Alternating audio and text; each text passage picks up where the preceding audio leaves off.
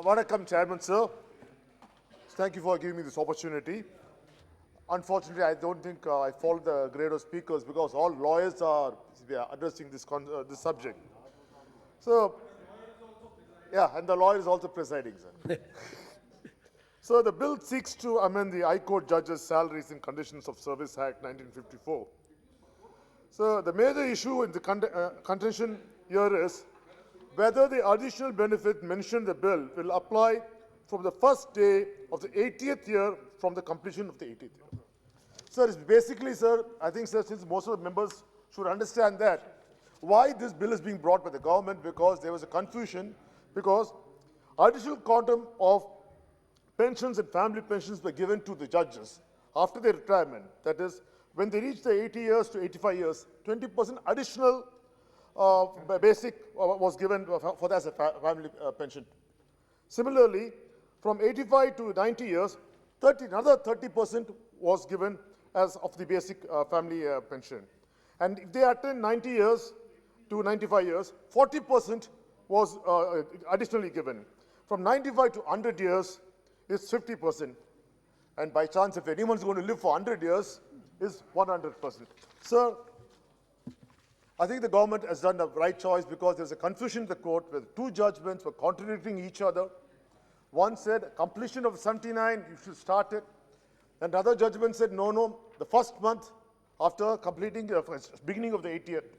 I think the government has come forward to iron out the differences and make it clear in saying that the first month after completing the year will take it, because I appreciate for some time. Sometimes government does bring good bills, fortunately. Sometimes. So Winston Churchill once said that service rendered by judges demand the highest quality of learning, training, and character. These qualities are not to be measured in terms of money, but according to the work done. A form of life and conduct far more severe and restricted than that of ordinary people is required from judges, and though unwritten, as more strictly observed, they are once privileged and restricted. They have to be present a continuous aspect of dignity and conduct. After rendering such services to the nation, it is the duty of the state to ensure that a retired judge who entered the autumn of his life is adequately looked after. I'm glad the government is doing the good thing. Sir, but certain questions are raising my mind. As I said, I'm not an advocate here. As a common man, when the ruling party speaker made such a long speech, especially my good colleague, Mr. Chaudhary, this is the carrot and stick theory being worked here. The government is ready to accept the judges' demands, but at the same time, when the speaker said, he spoke so much for change, appointment of judges, and where the law minister is deprived, and law minister doesn't have any power in the appointment of judges. And in fact, he went to say the Supreme Court judges are appointed by the President of the United States in America. And was he hinting the similar system is going to be done in India? It's a prelude that what the ruling government is trying to do is that indirectly threatening the present judiciary system through us. It gives me a doubt. I'm sure, sir, you'll answer that. Are you planning to bring a bill? If you're going to do a bill, bring a bill, sir. Please, sir, do. You're the most powerful party here. The last 7.5 years, you have done whatever you want. And the opposition is a mere spectator because you've been rolling us. Sir, are you, or do you have the courage now to roll the judiciary? I very much doubt it. And already there's a lot of suspicion among the people. I'm speaking like a common man. Among the common man, that you are influencing the judiciary. You are getting all in your favor. Please do not. Do not intervene and unnecessarily rock the judiciary system, which people believe justice is being delivered. So, as much as my colleague said, and most of us also are speaking of the condition, so there's always been a demand that what is the differentiation between the age of judge retirement in a high court and a Supreme Court? The same as high court judge at 62 has to retire. But if he is elevated to the Supreme Court, he can stay up to 65. Why can't I have a unanimous decision? You should, sir, first bring this law. Instead of threatening the judges through your colleagues, bring the law and say, yes, we'll make it unanimous.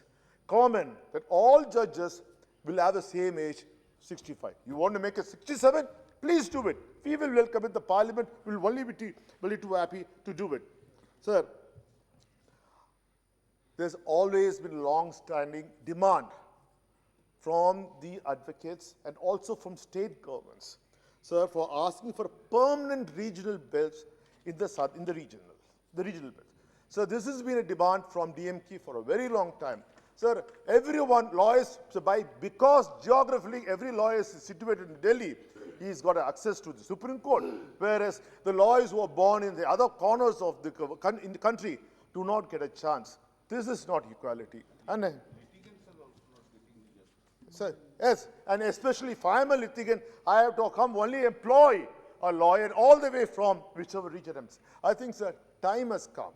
Since you have a brutal majority, you want to do something good, I think you should look at that, but not threatening them, sir. Sir, there's a very big demand from my party, not only from me, from all the parties.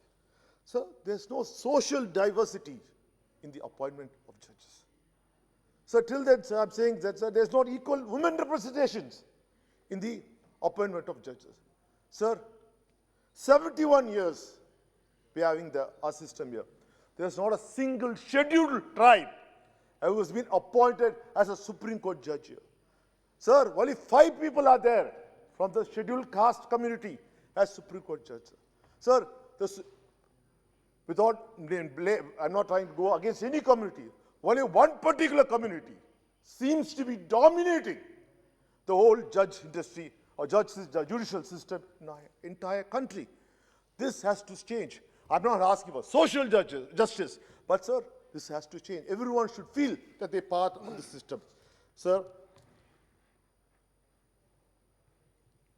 when we have the utmost faith in our judicial system, the recent happenings of the ruling party, as I said earlier, has created a lot of suspicion. Sir, there should be a cooling off period. A period which should be very, very clearly determined.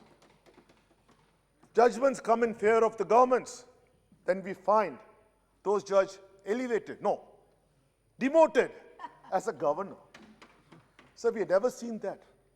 Sir, similarly, again, sir, a Supreme Court judge is being demoted as a Rajya Sabha member. Sir, I see the elevation. Chief Justice. Yes, sir, sorry, Chief Justice, sorry. Both the cases are Chief Justice. I correct myself, Chairman, sir. In both the cases, Chief Justice have been demoted. Sir, what does it mean? There's something hanky-panky happening. This is what a common man will feel. Yeah.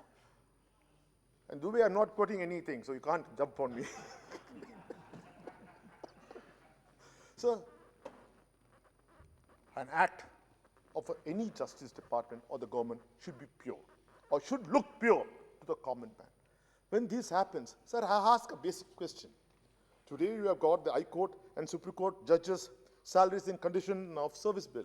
So these two incidents which were created by your government, where a Chief Justice has become a governor, where a Chief Justice become a Rajya Sabha member, so which pension service will they be getting? Will they be getting the judges' pension, or will they be getting the governor's pension, or will they be getting the Rajya Sabha pension? Or you should make it very clear, whichever is the last post, they go ahead, you should. So this is to bring a clarity. Sir, we in India, and every Indian has got the utmost faith in the judiciary system. I only request the government, with your brute majority, do not derail it. Thank you, sir.